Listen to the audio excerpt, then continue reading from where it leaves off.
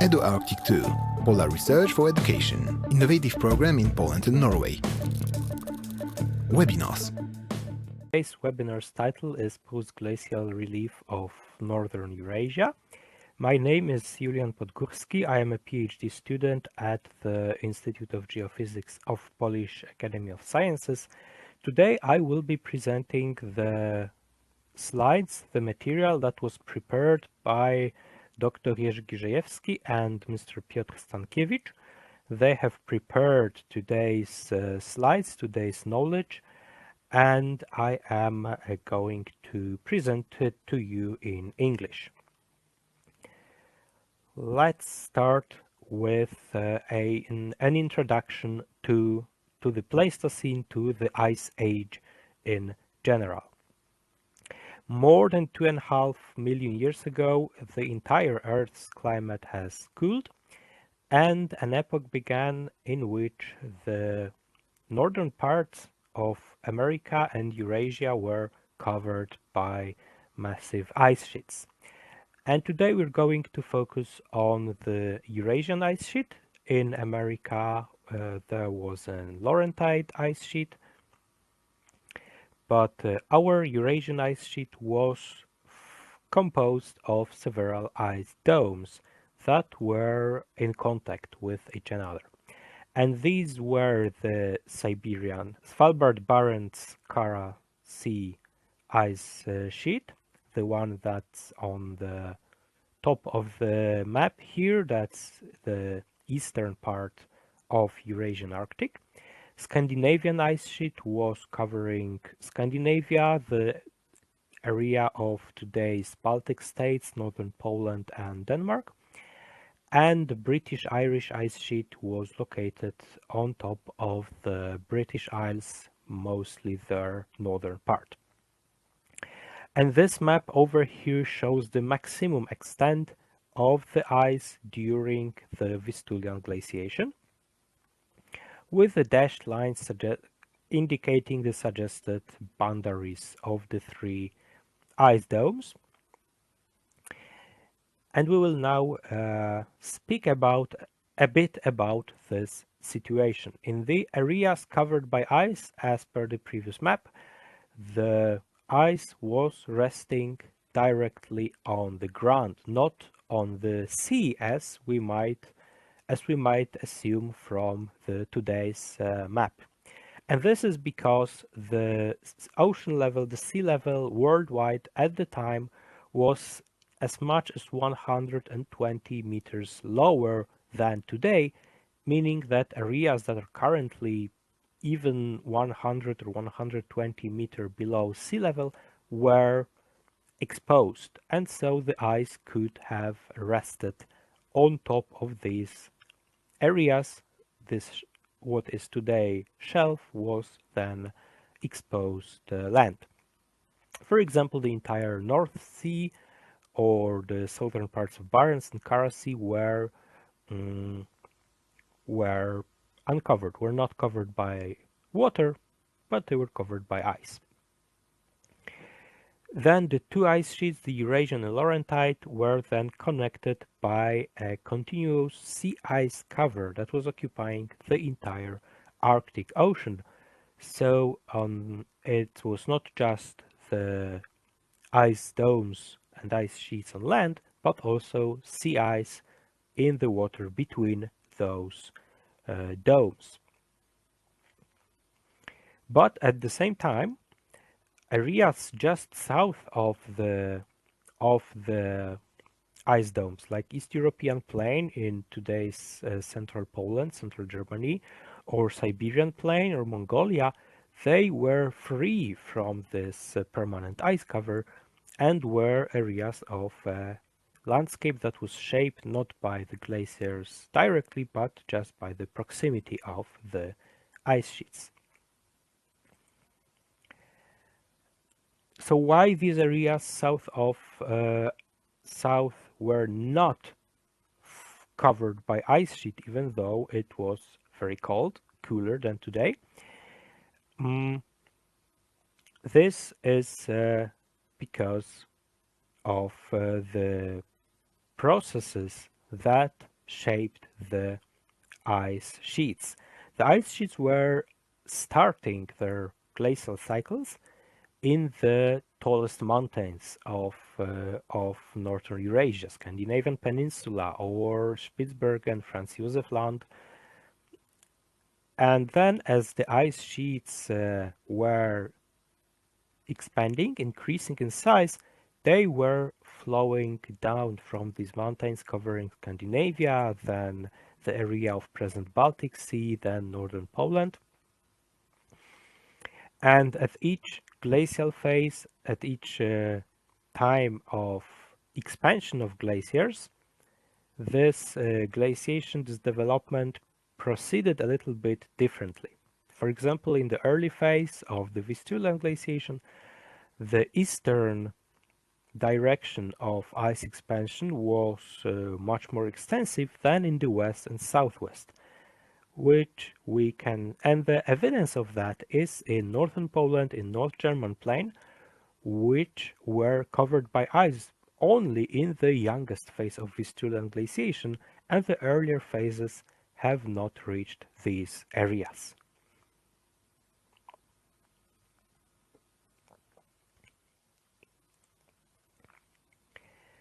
The Vistulan glaciation is one of the last of the entire Pleistocene cycle. We would also say it's the youngest because it occurred as the shortest time before present, although it was still several thousand of years, as you will soon see.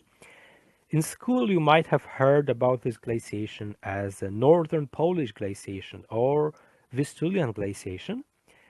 And if you happened to read or were interested in scientific literature, in scientific approach to this glaciation, it's sometimes called Viscilian glaciation from the German name of river Vistula. And in Poland, for Polish surface relief, it's the most important glaciation since the landforms that were formed by the Viscilian, by northern Polish glaciation, are still visible today in Polish landscapes. They're still influential to how Poland looks like nowadays. And this kind of landscape, this type of landscape that was formed by a relatively recent glacier, is called a young glacial landscape. The remaining of Polish area that's not mountains, although some parts of Polish mountains are also influenced by glaciers. The remaining area where the older glaciers have been active, the landforms were denuded, or they were reduced, transformed by subsequent processes or harsh periglacial climate of the younger glaciation. And this kind of landscape that was shaped by glacier but then transformed is called an old glacial landscape. Now let's look at the several phases of the Vistulan glaciation. The early Vistulan, that was this phase was around 90 to 80,000 years ago, a lot of time ago. The sea level was only 50 meters lower than today. The western part of Eurasian Ice Sheet was limited to the Scandinavian peninsula, and another dome was formed on Spitsbergen and Novaya Zemlya and Severnaya Zemlya and certain parts of northern Siberia, northern European Siberia. And south of the limit of the ice sheet, massive glacial lakes were present, and the southern boundary was very, very different, very differing in space, as the ice descending from the high grounds had to adapt to the existing relief. This way, a sill was formed that dammed massive ice lakes in Taimyr region and as well as Lake Komi in the Pechora Basin in Siberia. Oops. The next phase is called Middle Vistulyan. It occurs around 60,000 years ago. The ice has expanded even further. The southern boundary in Siberia has shifted northward. The ice has moved away from Siberia, but it has expanded in Europe. The entire Scandinavian peninsula, as well as Finland and what is now Denmark and northern Poland, was covered in ice. We are not sure about the situation in the North Sea, but since the sea ice was lower than today, we can assume a large part of today's North Sea was land, was exposed land. There's a lot of mysteries surrounding this era of glaciation. For example, what happened to the water trapped in the massive lakes in east of today's Finland. And if you look at the map of Europe on this picture here, on this map, the black lines indicate modern coastline. And you can see that the Baltic was a different thing. It was not a sea, it was a low area of low land beneath the ice that might have housed under ice subglacial lakes.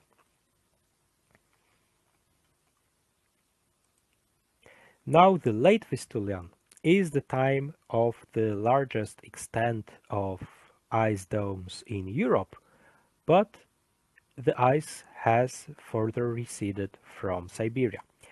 So in the east we can see how the ice dome is only covering Spitsbergen and Novaya Zemlya and only certain part of what is today the sea shelf north of Siberia, while in Europe the ice have expanded, advanced to cover all the majority of British Isles, even larger parts of Poland, Denmark and Germany, and certain area of North Sea that was then the land area is covered by ice, and an ice lake is found in the depression of the Baltic Sea.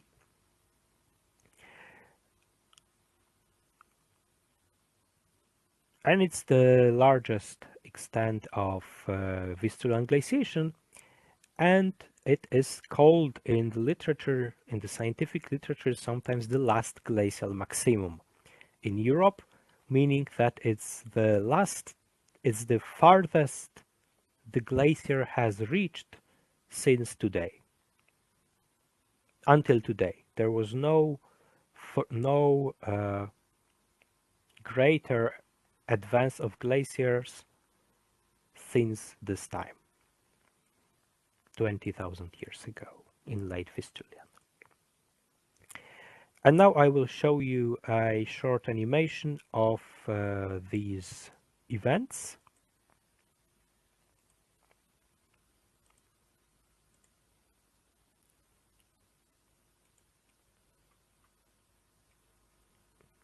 You can see how the glacier expands from Scandinavia to the Baltic Sea and Scotland, then moves back a little bit and then expands again to cover Baltic states and northern Poland. Then the glacier starts receding, slowly shrinking back to Scandinavia.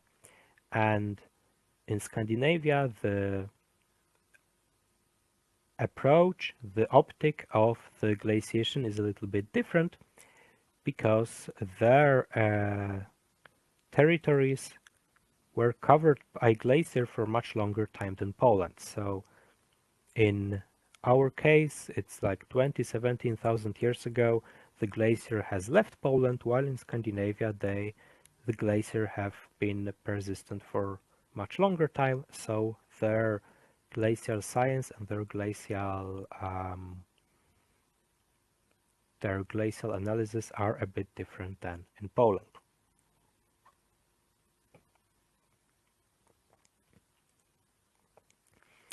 And let's now move on to the proper topic of the webinar, that is the glacial landforms. The areas that were covered by ice sheets or mountain glaciers, which are moving and always are moving, as we should probably know, we can observe certain characteristic landforms that are formed either by the ice itself or by the water that is flowing underneath or from outside from the glacier. And if such landform is identified, we call it glacial landform or fluvio-glacial landform if it's related to the subglacial water. In foreign languages, these names are often similar. Like in English, it's glacier. In French, it will differ in pronunciation. In Spanish, we have glaciar. Even Hungarian has a similar word, probably because all of them are loan words from one of those languages. Although in Polish is a little bit of an outlier. Here we are speaking about formy lodowcowe, formy polodowcowe, so it's not coming from the same root. And let's start this section of the webinar with another animation about how do the glaciers shape our landscape. And after this short animation, we will be speaking in detail about the processes and landforms. The animation comes from the GEOG 123 program of Oxford University.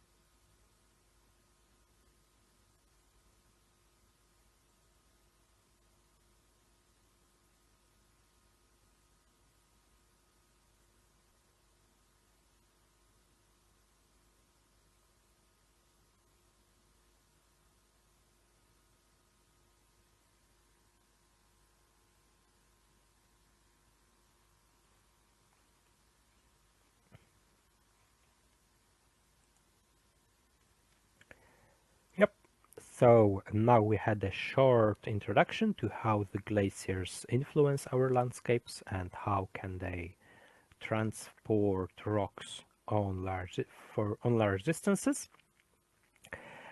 And in general, the destructive activity of glaciers, everything glaciers do that destroys the rock or removes something is called erosion.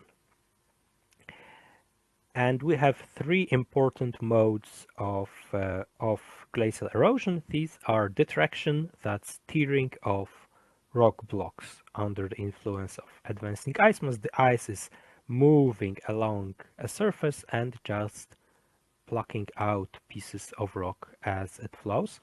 Destruction is smoothing of rocks. When a rock is very, very hard, the glacier that's moving on top of it is not tearing it, but rather smoothing as it passes above it. And exharation is the gouging, the drawing of the substrate by the rock material that's blended into the glacier. So all the rocks and sand that's picked up by detraction is then scraping against underlying rock, and this way exharation occurs. The term freeze-thaw weathering also appeared in the animation, and it deserves a little bit of explanation, since this is a term that is quite universal when we speak about erosion. It's not only related to glaciers. It refers to the physical breakdown of rocks under the influence of freezing water. As you probably know, when we freeze water, it expands. The ice takes up larger volume than the water that produced it.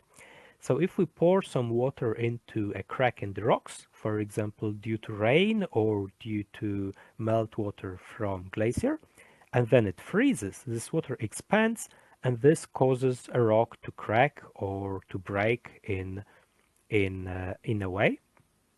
And this weathered rock becomes loose and is very susceptible to glacier activity.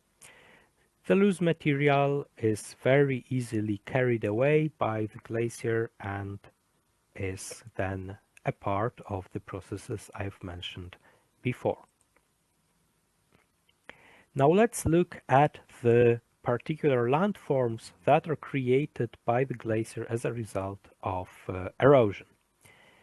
Glacier scratches and furrows are probably the smallest, simplest ones. You can see them all over the place in Scandinavia, where there are many exposed pieces of bedrock on which you can see scratches, like if someone took a nail and drove it against this rock. So this is more or less what happened when the glacier was moving above these rocks. Pieces of sharp rock embedded in the glacier scratched against this rock and created those lines. The U-shaped valleys are in turn probably the most spectacular ones, and they are formed when a river valley is reshaped by ice tongue. This life of a U-shaped valley begins when a river flows in some area and creates a small valley. Then an ice expands into this valley, and the physical processes make it so that the deeper the ice, the stronger the erosion. So in the middle of the river valley, the erosion is stronger than on its edges. And if we repeat this process many, many times over several glaciations, we end up with a U-shaped valley carved out of the terrain, like in this picture in the middle of the slide. The name of the valley comes from the cross-section. If you look at the valley in the image, you can see that it has a very gentle curved shape of the letter U. And another landform is Rosh Mutany. The name comes from the French language. In English, they're sometimes called shipbacks.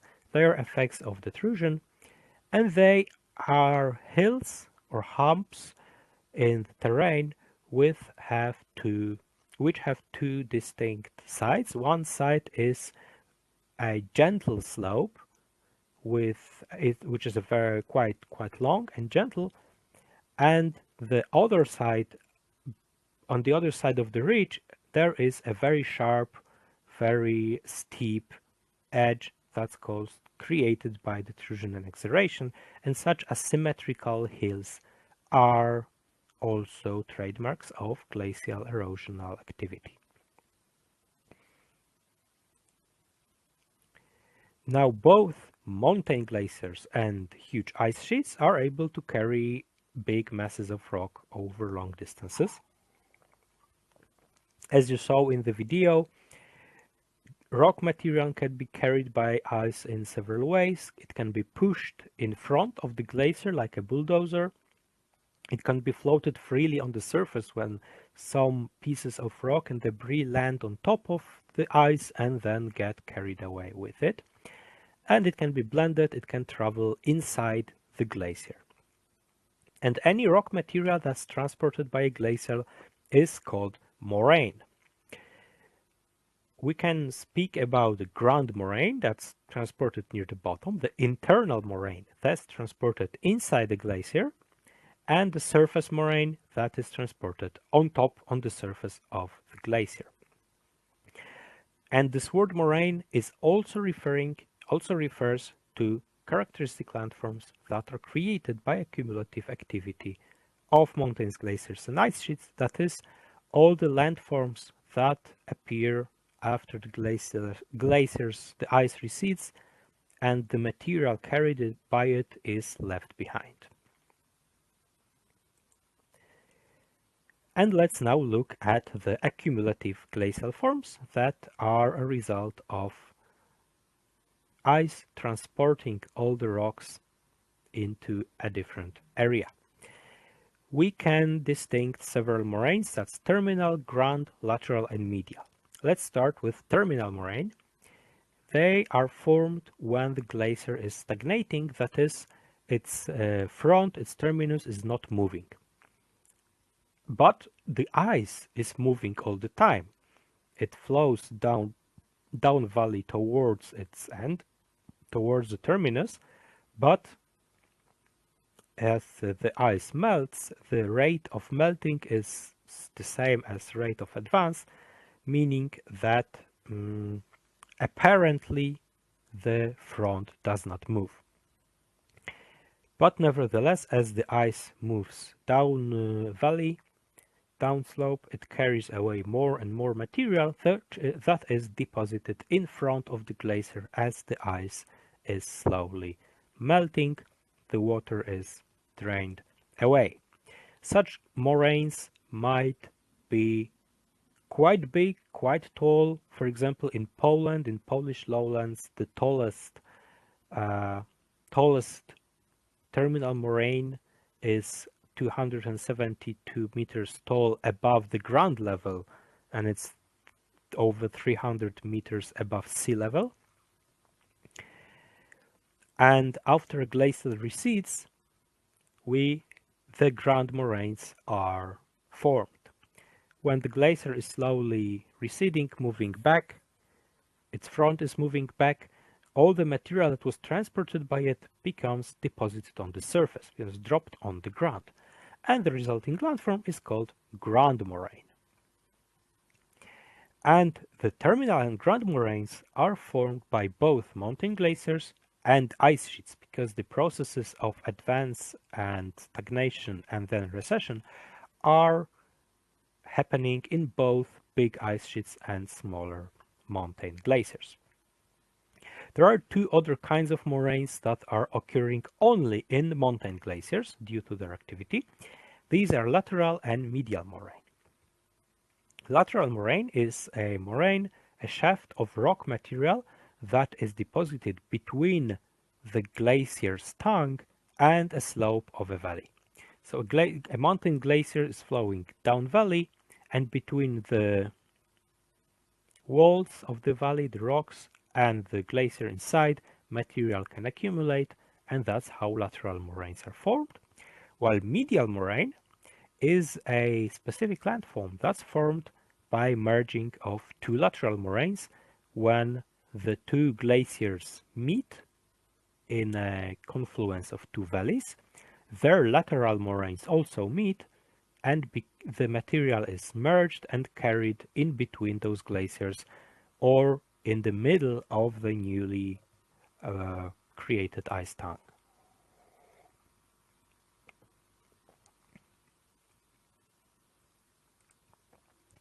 And this picture from Britannica shows all those montane moraines quite nicely. Look at the sides of this long glacial tongue. These are the lateral moraines, the gray bands of rocks at the sides of the glacier. And the medial moraine is the one marked in red, in the middle. You can see that there are two tongues of two glaciers that are flowing down the same valley, and since they enter the valley from two different spaces with their own lateral moraines, those lateral moraines get connected and travel with those glaciers downwards. The photo below is a tongue of Wehenschild Glacier in Spitsbergen, and in front you can see a debris pile of rocks, stones, boulders, and above a dike of black rock stretches along the glacier tongue, and this is also a medial moraine, which to us scientists, and not only scientists, is an indication that this place was formed by merging of two glacial tongues that come from different fern fields. And now let's look at the map of the contemporary modern landscape in Poland. Its eastern side is the eastern side of a sander near Ełk in Poland, in the lakeside, lake area in Mazury. And look at this map, the contours that are quite rich, chaotic, diverse. We have very many different landforms, and most of them stem from the activity of the glacier. And this is how strange and interesting landforms can be left behind by the activity of the ice. Now, in the post-glacial areas, there are also other accumulation forms other than moraines, and they are a bit more complicated. Moraines were quite simple. The glacier moves, drops some material in very different ways, and then recedes. In case of drumlins, the thing is a little bit more complicated. They are hills that are elongated in the direction of ice sheet movement, with a steep slope on the side of ice pressure, that is on the side from which the glacier advances. They are they're built of very diverse sediments. Quite often drumlins are covered with clay on top of everything, and they are formed underneath the ice as a result of interaction between ice movement and the flowing subglacial waters. Aside of these, the moraines, the drumlins, everything, glaciers, especially huge ice sheets, are able to pick up huge pieces of rock. And they are sometimes called glacial erratics. In Pleistocene, in Eurasia, in Europe primarily, we're speaking about ice sheet that came from Scandinavia and picked up huge blocks of rock on the way. Then, as ice sheet is really massive, its transport capabilities are really big, these rocks could be transferred as far away as Poland, and as the ice sheet entered Poland and started receding, these erratics, these huge pieces of rocks carried from the north, were left behind in our landscape. And nowadays, many of them are protected by law as natural monuments, and an example of this can be the Devil's Rock, called in Polish Diabelski Kamień, in Bisztynek, the largest one in Warmia and Mazury region, that is shown on the image on this slide. The name Devil's Rock comes most probably from a very long time ago, when such stones, such boulders appearing out of nowhere in the landscape were considered by people to be somehow significant in a magical or spiritual way, and sometimes they were associated with activity of the devil. That's hence the name Devil's Rock. Now let's move on to the fluvio-glacial forms, that is the landforms that are created because of flowing glacial water. Every summer, glaciers lose mass, lose ice as a result of ablation. And ablation is a term that describes all kinds of mass loss, sublimation and melting and calving of glaciers into the sea when they have this ability, when they're close, when their termini are touching the ocean. In case of ice sheets and fluvio-glacial forms, we're of course speaking about melting, and when the ice melts, the water has to go somewhere. It has to flow to some place. It can't stay under the ice forever. And the water that's flowing from beneath the glacier is carrying with it rock pieces, rock crumbs of different sizes. And the greater the force of the transporting water, the bigger the pieces of rock. And the farther away from glacier the water flows, the slower it becomes, the less able it is to transport things, and the biggest crumbs of rock that were transported in the beginning start to drop down farther away from the glacier. Nowadays we can watch those processes in action in Greenland and Antarctic, in Spitsbergen, but in the past fluvio-glacial processes of the Eurasian ice sheet formed today's landscape of Poland, Germany, other areas. And these observations in Antarctica, Greenland, Spitsbergen allowed us to understand those processes, to see how the fluvio-glacial landforms could be formed, what are the processes that create them, and this way better understand the glacial landscape of, for example, Poland.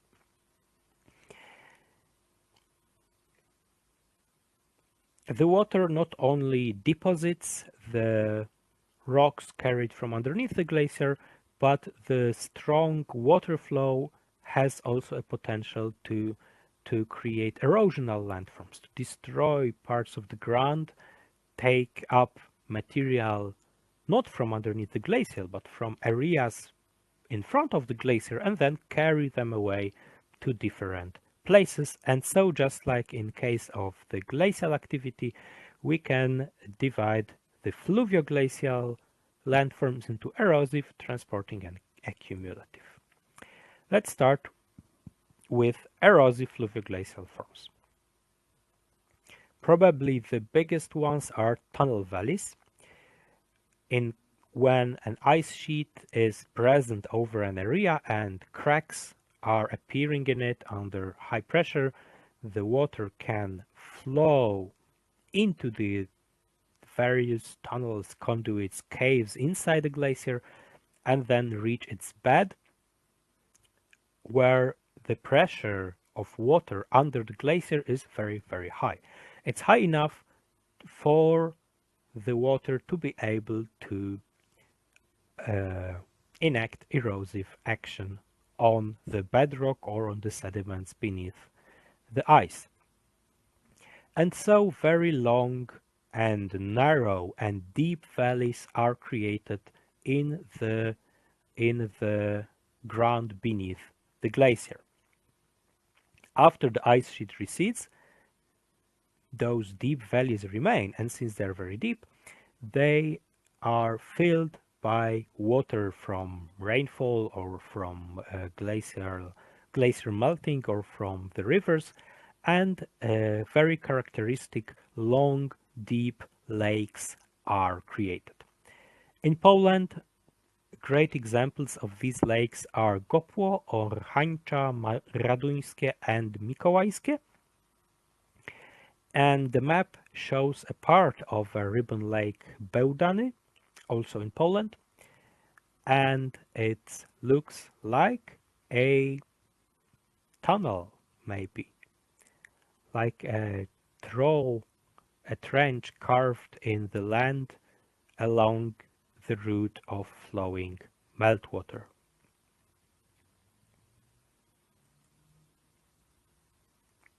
Click.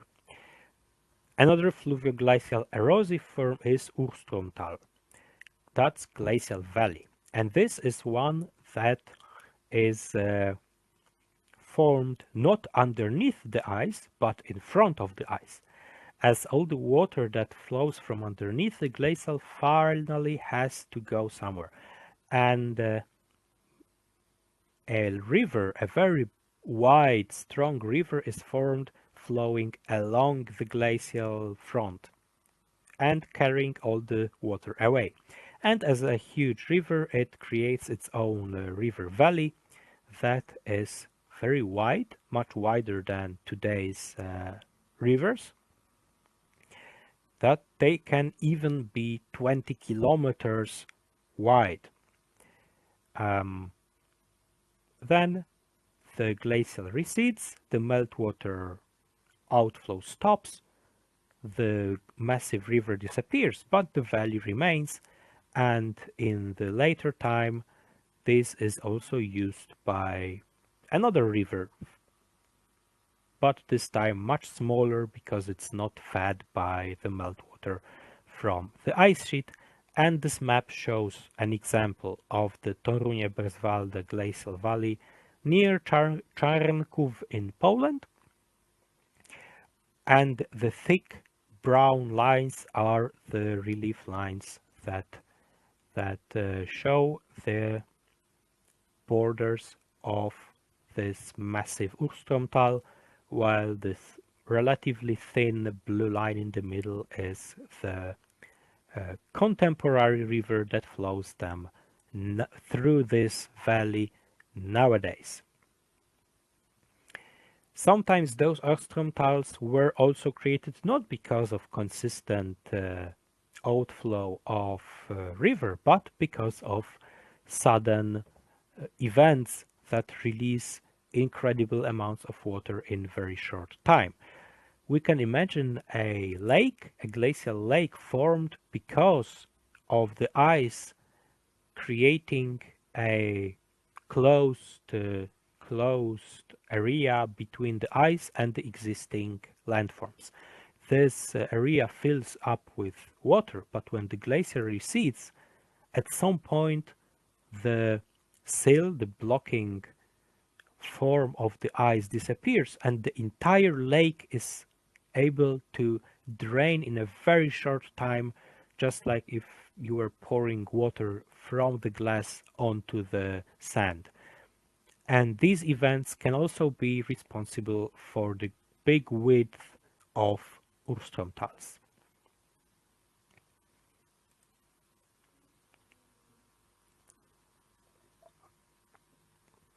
We'll now look at 3 examples of accumulation of fluvio-glacial landforms.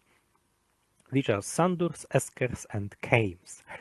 Sandurs, again, is something that forms in front of the glacier. As the water flows away from underneath the glacier, it carries sand and gravel and stuff, and all of it is deposited in front of the glacier as the water flows out, away. In characteristic cones, if you look at them on larger maps that depict the entire landscape, most often those cones show up in geological maps as cones of characteristic type of glacial sediments. But for example, in Iceland, the sandurs are more extensive. They cover large part of the southern coast of Iceland, because many glaciers have outlets, have their meltwater outlets there, and this picture here is an example of an Icelandic sandur that's composed of black volcanic rocks of Iceland. Eskers are elongated landforms, sometimes several kilometers long, and they are again formed in channels of the glacier. But this time the material, the rocks, accumulate inside either a subglacial channel or on top of a glacier and then drop as the glacier recedes. And they are very long and sometimes even meandering as they are following the course of those past river channels, water channels. Kames are the third kind of landform, and just like eskers, kames form from sediments carried by glacial water, most often between lumps of dead ice that is left behind by the glacier. When several such lumps are placed in the landscape, some material can accumulate between them or between the ice and the existing landforms, and they differ in shape. They are built from fine grained material and they are not elongated. They take form of singular hills. So this is an example of sandur in Spitsbergen, the area of material deposited in front of glacier by glacial river. And the map here shows Esker in Poland near Starogard Gdański, and you can see it's a long winding hill landform that is coursing through the landscape in this area.